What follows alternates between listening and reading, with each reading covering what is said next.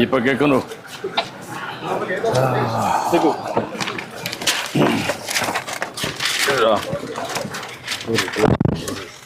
ఏంటి బస్సు ఏం చెప్పు.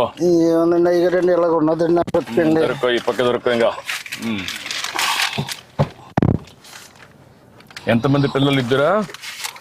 ఒక ఇద్దరు అబ్బాయిలు ఒక అమ్మాయి అండి అయ్యారండి. ఏం చదివించే వాళ్ళని? పాప 10th చదివిందండి. అబ్బాయి ఏమో ఇంటర్ చదివాడండి. 22 సంవత్సరాలు. పాపకేమో 10 సంవత్సరాలు అండి. అది పెద్ద అబ్బాయి ఏమో 26 సంవత్సరాలు అని కొద్దిగా అనారోగ్యంగా ఉండి చనిపోయాడండి. అతను 2002లో చనిపోయాడండి. పెద్ద అబ్బాయి చనిపోయాడు. పెద్ద అబ్బాయి అండి.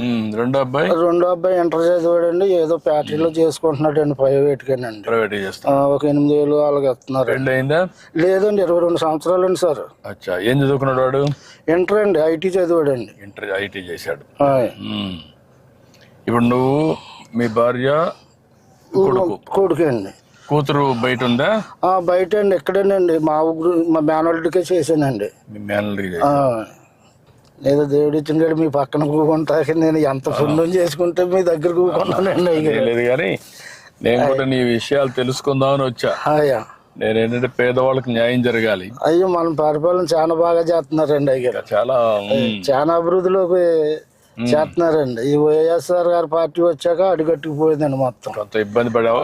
చాలా ఇబ్బంది పడ్డానండి అయ్యారు. అన్ని కరెక్ట్ చేస్తున్నా. ఇప్పుడు మీలాంటి పేదవాళ్ళందరినీ మళ్ళా మెరుగైన జీవన ప్రమాణాలు రావాలి. మీ పరిస్థితులు బాగుపడాలి. అలాగేనండి అయ్యారు. మీరు ఉంటేనే మాకు బాగుంటదండి. ఇంకా చాలా అంటే అండి ఆయన చాలా ఇప్పుడు మీరు ఇచ్చారనండి. మీ పరిపాలనలో 2017, 18లో ఇల్లు ఇచ్చారండి. అంత కోర్టు వచ్చిందండి. నేను కొద్దిగా కట్టుకోలేకపోయానండి. అంతే, మొత్తం బిల్లు ఎత్తమే మానేసారండి ఆ పరిపాలన. ఇప్పుడు ఇల్లు కూడా పెండింగ్ పడిపోయిందండి. ఏదో తినక అలగలగా గోడలు కట్టుకున్నానండి. పైన ఏడేసుకున్నానండి అయ్యారు. సొంత ఇంటి జాగానది మా నాన్నదండి. అదండి మా నాన్న. మా నాన్న కూడా కొనుక్కున్నాడండి. మా చిన్నప్పుడు పిల్లలు మొత్తం మేము, మా నాన్నగారికి 2 మగవాళ్ళు, 6 ఆడపిల్లలండి. 5 ఆ పెళ్లిళ్ళు అయిపోయి మొత్తం అందరికండి. మొత్తం మా సిస్టర్లకి, మా చెల్లెలండి, నేనే పెద్దోండి ఇంటికి. పెద్ద కుటుంబం. వాళ్ళ పిల్లలు ఏం చేస్తారు? వాళ్ళ పిల్లలు చదువుకున్నారండి. కొంతమంది పెళ్లిళ్ళు అయిపోయినాయండి. మా చెల్లెలు గారి పిల్లలకి.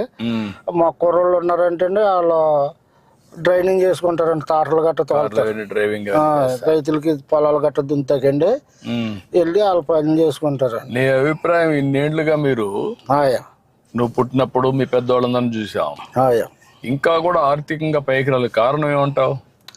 ఆర్థికంగా అంటే ఏమన్నా సార్, లేకండి.